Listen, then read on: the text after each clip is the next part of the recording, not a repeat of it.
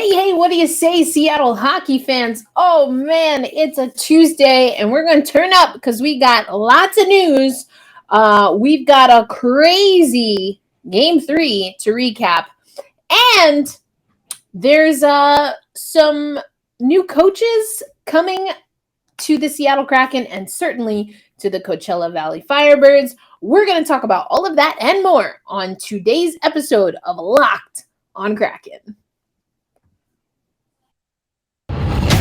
You are Locked on Kraken, your daily podcast on the Seattle Kraken, part of the Locked On Podcast Network, your team every day. We are the Seattle Kraken.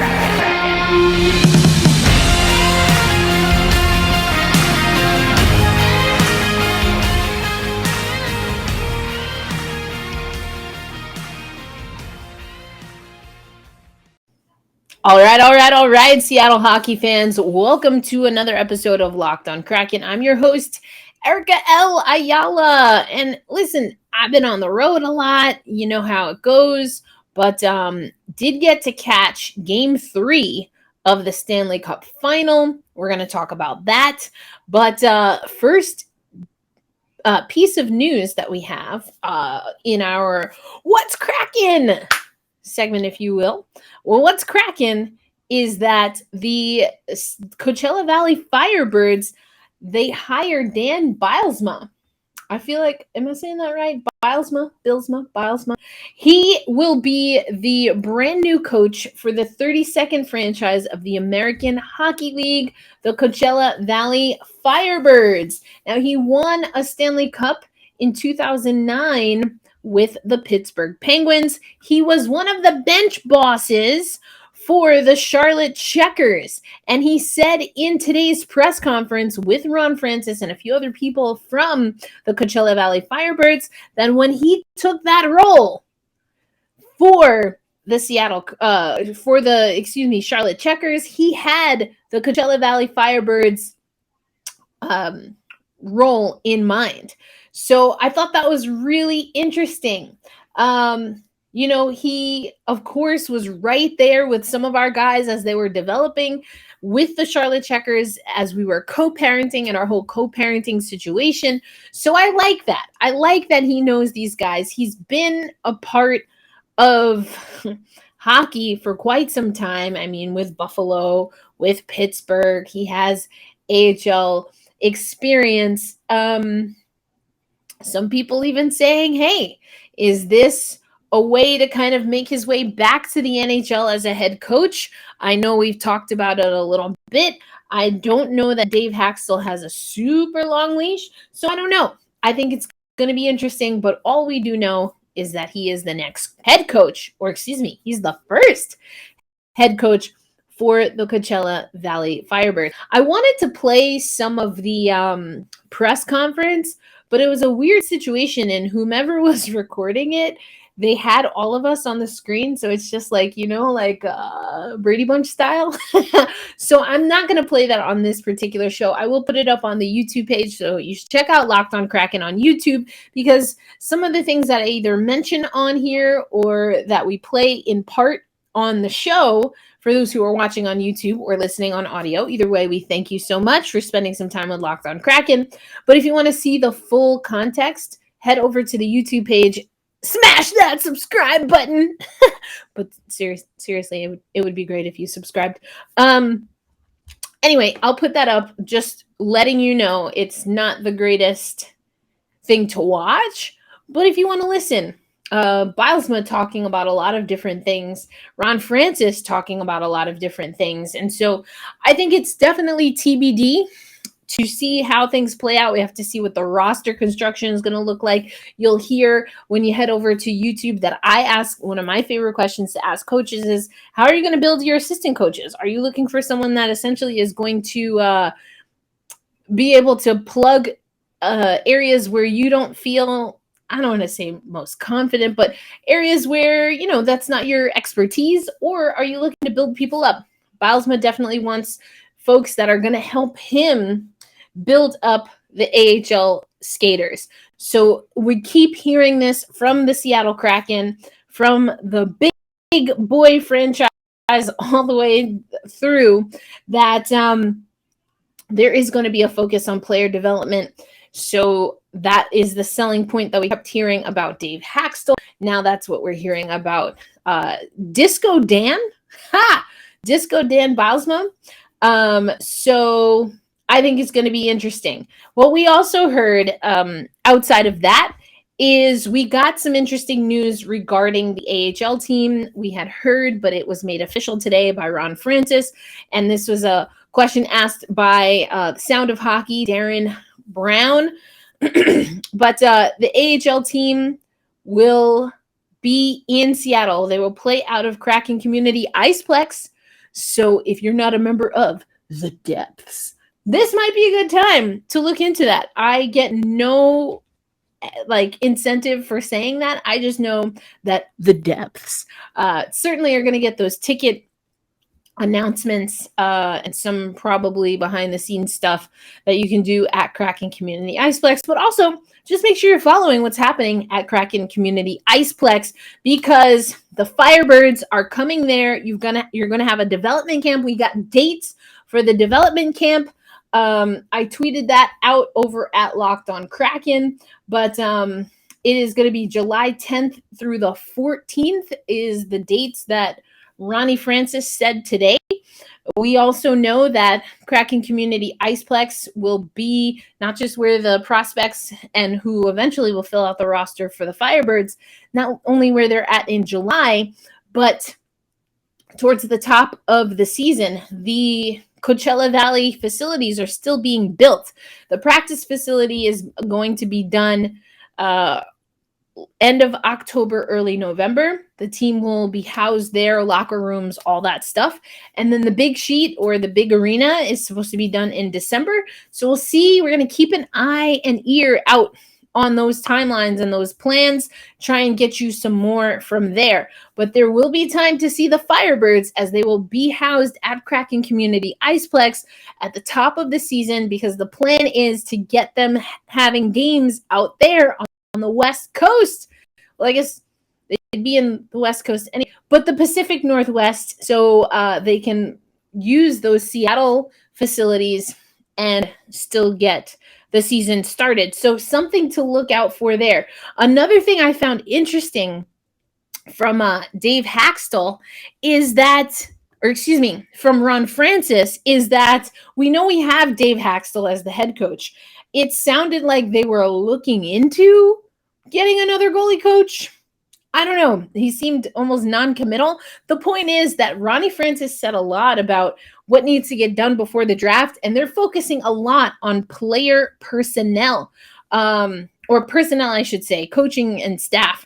I think that's smart. Obviously, if you want to be competitive in free agency, one way to do that is by getting your staff in order. And it seems like there might be some of that that's happening with the Seattle Kraken. They also mentioned that there might be a few additional roles that are filled or that they're looking to bring on board. So maybe we'll have more updates. But right now, Disco Dan is the guy that the Seattle Kraken are turning to get the AHL affiliate. I like this because, he was with the Charlotte Checkers. They had a great season. If you want to know more about Dan, you can head over to the Seattle Kraken webpage, and Bob Condor has an article up for you. Of course, the Seattle Kraken always have pretty awesome graphics. And I thought I had it open. Sorry. And you also can just kind of take a look at Dan Bylsma and what he's got going on. So this is not the graphic that I was looking for, but either way, happy Pride. But yeah, I think it's going to be amazing. Coming up next on Locked On Kraken, we're going to get into this. There's still watch parties to be had. We're going to talk about that, what the Seattle Kraken have coming up, who and where the Seattle Kraken prospects are still playing. And of course, we're going to talk about Game 3 of the Stanley Cup Final, one that maybe Colorado wants to forget. All that and more coming up on this episode of Locked on Kraken. Right now, let me tell you about family-owned business.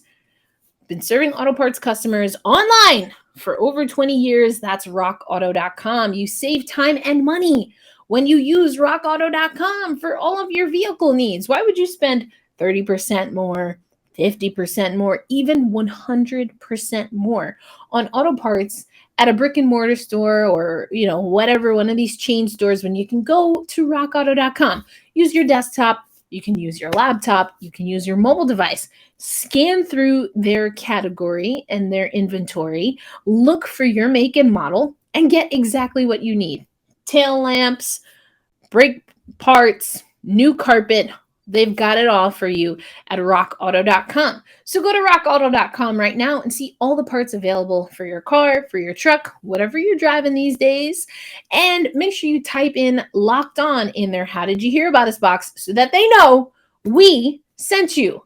Amazing selection, reliably low prices, all the parts your car will ever need. rockauto.com.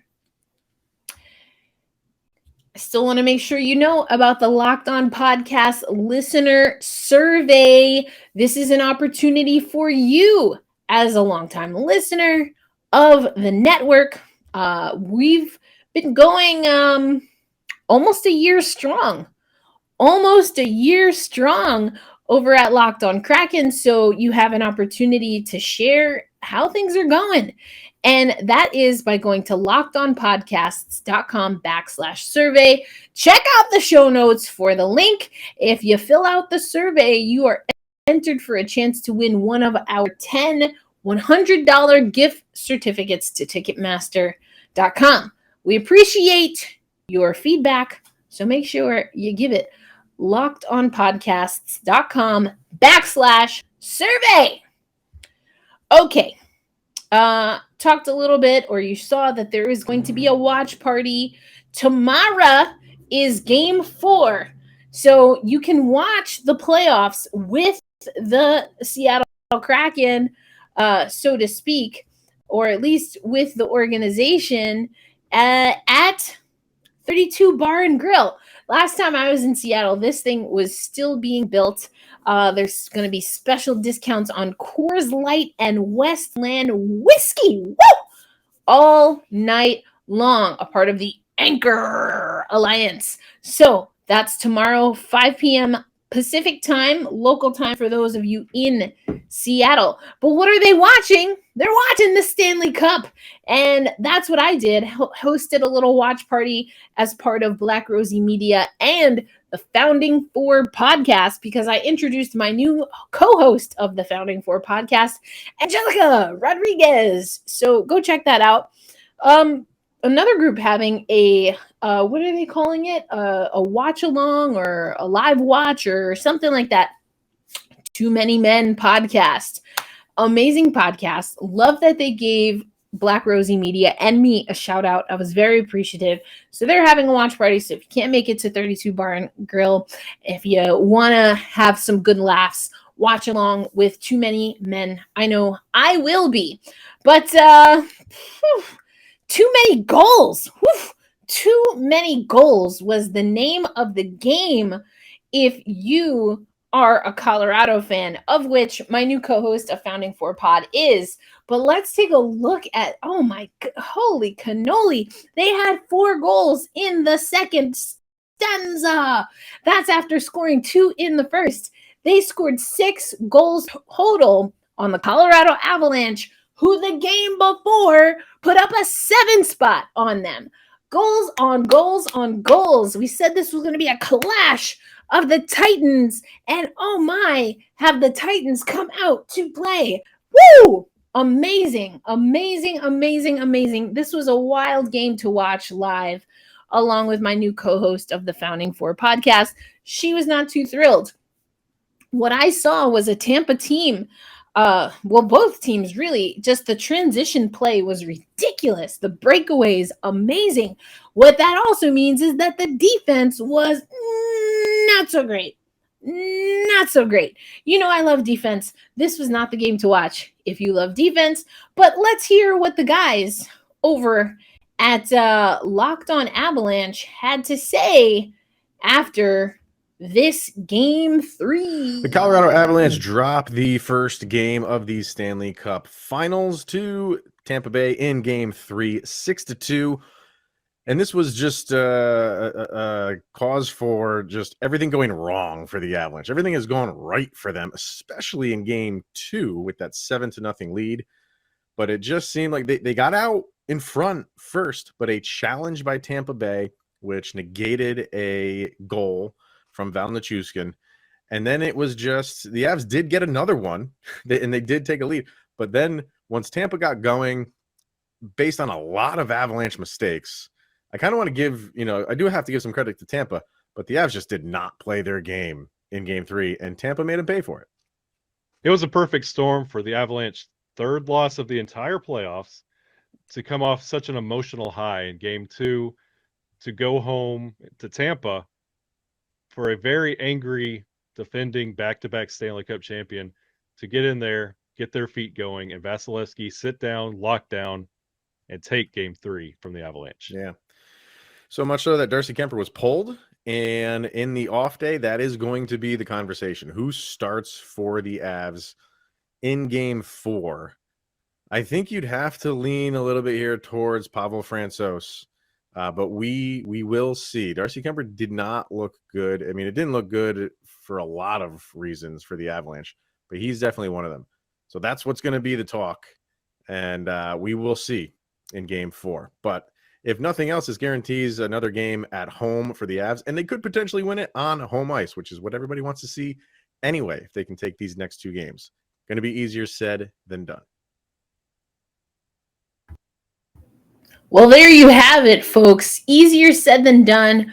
Colorado, that's what my co-host was saying as well, Angelica. She wants Colorado to win on home ice, but I was listening to the Too Many Men podcast, and of course, Allison Lucan, our very own, our near and dear Allison Lucan, was challenging her co-hosts, Shayna and Sarah, to think about the statistics and think about a few different metrics and see if what they thought each team would do in those metrics would measure up about what we know analytically about those metrics. So, I don't know. I think I think I've said this before. Colorado is a team that definitely can show weakness when they're tired, when they're fatigued. I mean, this is most people, myself included, but boy, do they look beat. Oh, they look very slow on their feet. They reach, they get silly fouls when they're not in the groove. 7-0, they win game 2. They lose game 3, 6-2. And I'm telling you, the breakaways in this game, it's exciting if you like offense, but if you like defense, you were absolutely just crying on the inside. There was no defense. Absolutely no defense. So, I'd like to see both teams be able to clean it up by tomorrow night. Game 4, you can watch alongside your Kraken peers at Kraken Community Iceplex, or you can watch the live watch party with Too Many Men podcast. That's what I'll be doing. Coming up next on Locked On Kraken, we have the NHL Awards, and we have some updates, and so we're going to talk about that. So let's talk about awards, folks. We're going to talk about awards. We've got the NHL Awards happening right now, and Moritz Seider is the Calder Memorial Trophy Award winner from Detroit, from the Red Wings.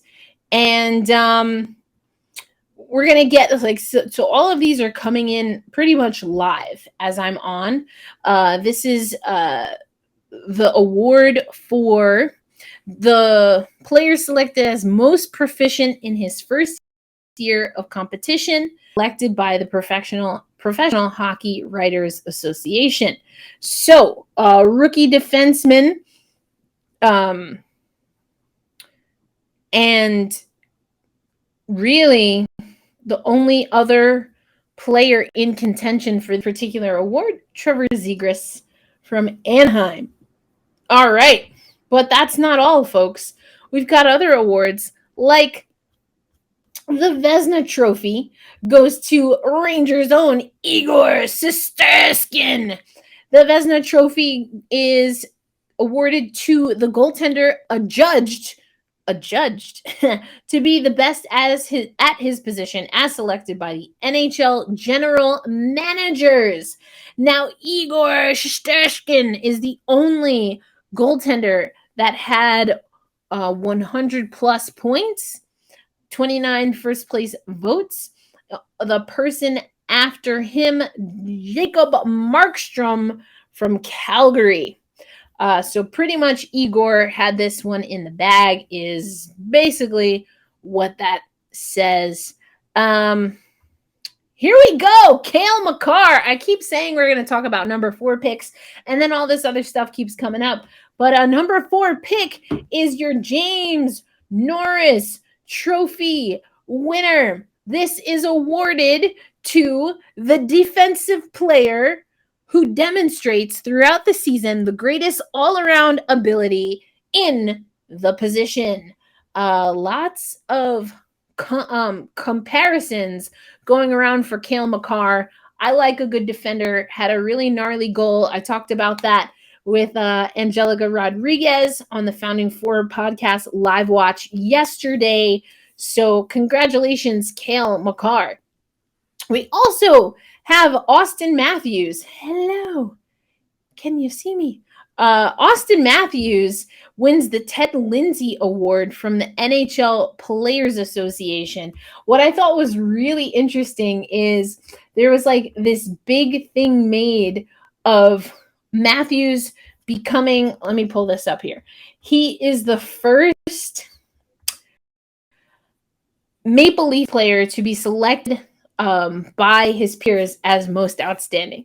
And the reason I thought that was kind of funny is because, again, if you listen to Too Many Men, they have this thing, and I have known for as long as I've known men's hockey, that people absolutely are just exhausted by Maple Leafs fans. Like, they're exhausting. It sounds, what you all sound like is what like everyone who's not a New York Yankees fan sounds like.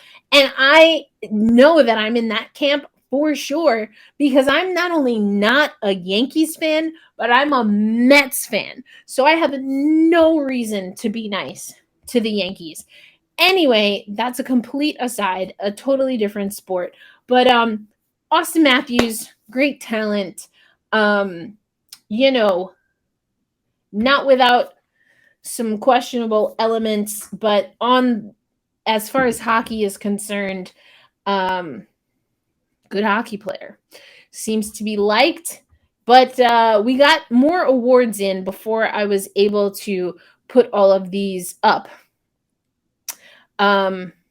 including that Austin Matthews also wins the Hart Memorial Trophy, the player adjudged to be most valuable to his team.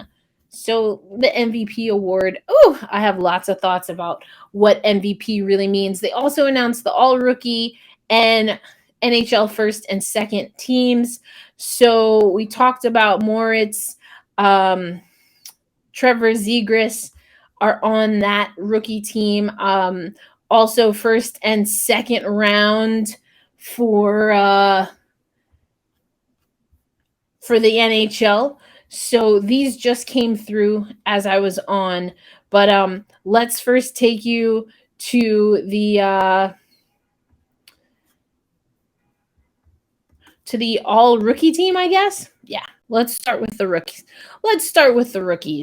And so there they go. Trevor Zegras, Lucas Raymond, Michael Bunting, Moritz Seider, Alexander Carrier, and Jeremy Swayman. So no one from the Seattle Kraken. Did we expect anything? No, not for the all-rookie team. First team, all-star first team, Austin Matthews, Mitch Marner, Johnny Gaudreau, Cale Makar, Roman Josi, and Igor Shesterkin. For your second team all-stars. Markstrom, we talked about him. Hedman, obviously still playing. Connor McDavid, Matthew Tkachuk, Huberdeau, Charlie McAvoy as well. Congratulations. I mean, not really expecting to see too many Seattle Kraken players named, but that's okay. So those are the awards. There's still more coming in, but we're going to leave it there for now, and we'll catch up on tomorrow's episode of Locked on Kraken. I want to remind you, for everything that you need, not just in the Stanley Cup Final, but throughout the entire season and off-season, make sure to make Locked on NHL your second listen of the day after Locked on Kraken, of course. Locked on NHL covers the playoffs like no other. You can hear the latest news and opinions from local experts every Monday through Friday. It's free and available wherever you get podcasts. I had a really cool wellness moment. I had an episode, this has happened twice already, but anyway, the point is I missed out on a really cool wellness tip, so I'm going to give it to you again because you didn't see it the first time. I've talked about this painting before. The colors were inspired by Stonewall, actually, and the trans flag in particular. The blending technique was in honor of Pride. It was just a YouTuber that I watch. This was one of the wellness things that I did during the pandemic. Try something new. I'm not a fan of all of these trees. This one's not my favorite. And of course, that's the one that's right in the front. But I tried something new, folks, and I think you should too. Get out of your comfort zone. I don't know what that's going to look like for you. Maybe it's learning how to do acrylic paint from YouTube. I have a good friend of mine who actually lives in Seattle, and she started roller skating, like doing the turns and like all the glides and stuff. I don't know what you call it from a technical aspect, but try something new. Go out on a limb and just be really bad at something that you really enjoy doing. That's my wellness tip for you today. I'll have another one for you tomorrow. Hold fast, stay true, be good to yourself and to everyone else, and I will catch you next time on Locked on Kraken.